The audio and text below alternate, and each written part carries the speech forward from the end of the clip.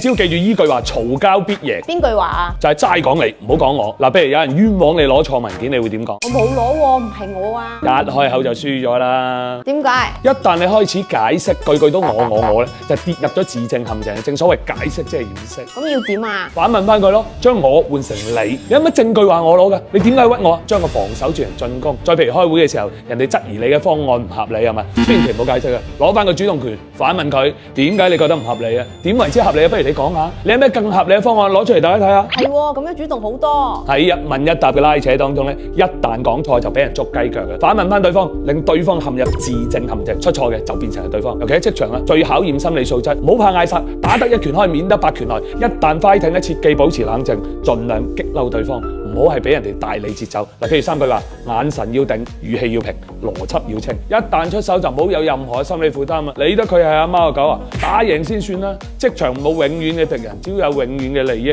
今日面咗，聽日咪又坐翻埋一張台做嘢。幫哥唔係教你撩事鬥非啊，係教你保護自己。仲有咩職場煩惱，即管同幫哥講，幫得就幫啊！